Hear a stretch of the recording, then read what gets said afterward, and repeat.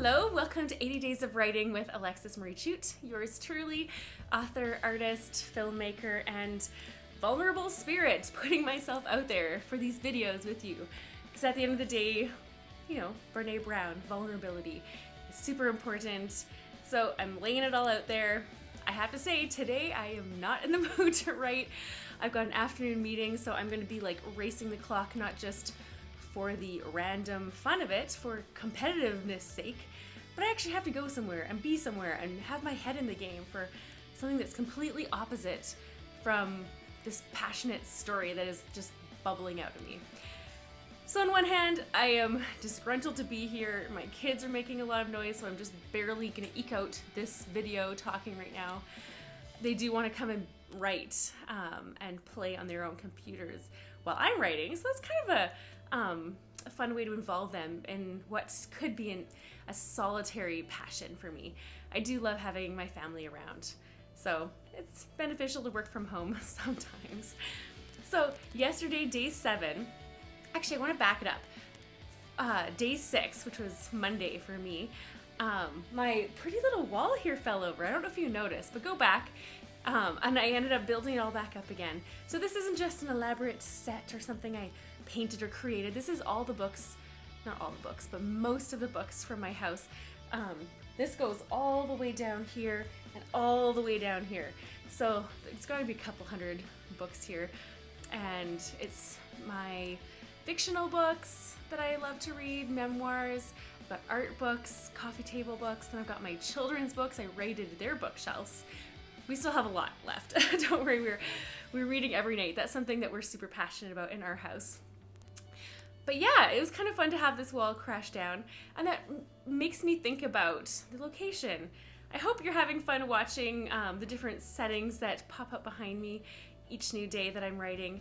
But I will be traveling, so be prepared to see. I for sure will be in Arizona during this 80 days, and then I've got all these other little travel expeditions planned. So I will be away for the Expecting Sunshine film screenings at film festivals.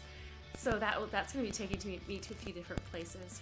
The book tour for Expecting Sunshine is still going along. It came out just about a year ago, which is so crazy to think about. And I'm still spreading the love with that book.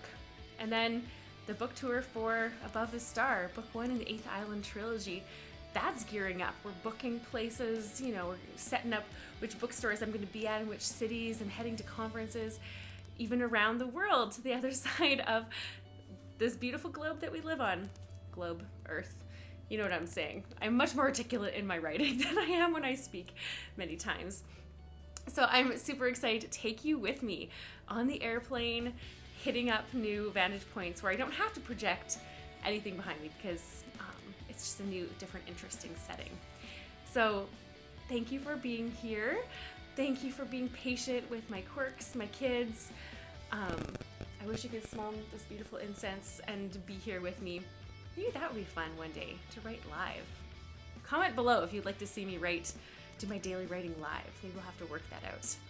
But I do want to say that being a writer, as in being a human being, is an evolutionary process where we're hopefully always growing, learning, changing, becoming better people, better versions of ourselves, more creative. So in light of that, I do have to say that one way I am evolving as a writer is through something beautiful called outlining. Now, I mentioned back in day 1 that I am not an outliner. However, I am finding that by getting into the story in disparate chunks from different people's point of views, I am like, oh my goodness, now I need to bring this together. So I printed out, so far I've written, it works out to being like, I think it's 35 pages. So I started to read some, and it kind of was like, oh, this is actually better than I expected for a first draft, you know what I'm saying? But yeah, so I started to figure out which order these different sections of writing are going to fit in. I might have to do some tinkering along the way, obviously, but I am evolving into an outliner. I never would have seen that coming. I would have been like, rue the day I outline. I'm a free spirit, a free writer. But no. Apparently, when you're writing a trilogy and you've got a lot to go, a lot of places to go in the journey, that outlining is necessary. Anyway, so I just thought maybe I'd read you like a couple little sentences from what I envision will be, at this point in my outline, the start of the book. So Luggy, he is a young Bengal. I don't want to give too much away, but I'll just read a couple sentences just for fun. And remember, I have not edited this, and I've only read it once before reading it to you right now. And Ella, okay, maybe I won't give any prelude to this. Hopefully it just intrigues you enough to... Can you hear that? My Alexa just started. Having a name similar to the... Alexa, if I say it again, she's going to talk. Having a name similar, it's really funny actually. Sometimes Erin and I get in arguments and she'll be like, oh, Alexa, say my name out really passionately. And then she'll like chirp up and it's a perfect icebreaker to diffuse a tense situation. Anyway, on to the reading. Luggy shoves a tunic from the Olearons into a sack they provided him for his belongings, but he grumbles in his head. What do I have? What is my own here? He fumes. The tunic is a brilliant blue, like the Olearons' warriors' jumpsuits. And for his innate and justified loathing, he reasons.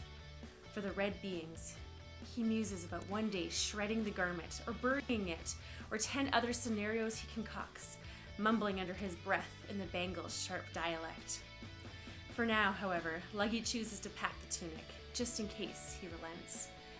Luggy nudges his shoulder against the door of the glass chamber, which has been his place of refuge amongst the Olearons, since Ella's blow to his face and Camilo's hot hands on him, stealing him away from the eastern shore, for mourning his fallen Bengal soldiers, friends and family, Nanji.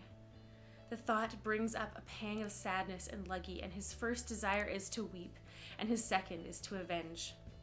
If Camilo had not robbed Luggy of his right to mourn, then he would have climbed the stone pillar that supported the collection of cells above it.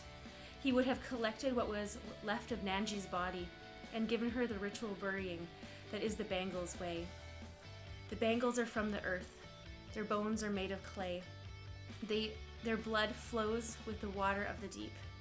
Their eyes are shards of sunshine, scattered in tiny quantities throughout sunbeams and planted in the earth to grow into the ground in glowing orbs, giving vision to the gray-skinned creatures. Skin like stones, like the smooth white rock that grows from their skulls and, when aged, from their cheekbones. The Bangals come from the foundation of Jar, from the very land of Jarwaya. It is only right that Nanji, the princess of the Bangals, be returned to the place from where she was birthed, Luggy huffs in his own language. Those Olearons, they knew, taking me away from the east, I will get back there.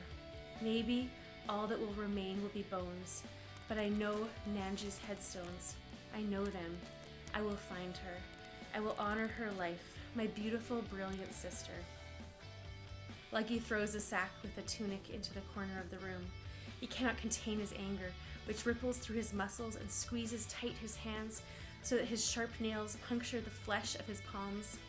He gnashes his dagger-sharp teeth and growls. And Ella, Luggy whispers. Ella, why them? Why did you choose them over me? Luggy kicks the sack. It bounces against a glass wall, which shimmers, and for a moment the opaque reflectiveness pulls back to glossy translucency, allowing Luggy to see beyond. The Olearons bustle about, mounting sacks of glass weapons and food. Oh, more of the Olearons' bread. I don't actually know the name of the bread yet. I have a little note saying, insert name of food here. Then he sees her, Ella. Ella's long blonde hair dances in the breeze, animated and full of life, as if it was raised like a puppet. She twirls and laughs. Luggy cannot hear her, but he knows the look of her face when she laughs. The sound was jarring, a pained screech from the illness that grew in Ella's neck, though Luggy did not understand what exactly it was that saddened her, that made her weak. I'm gonna stop there. God, I just love this chapter already. Okay, I hope you enjoyed that. And the phone's ringing. Can you just, today, and I tried to make an earlier video and the doorbell rang. Okay, this is a sign from the universe. I need to get writing. I love you. Have an amazing day. We will see you tomorrow. Bye for now.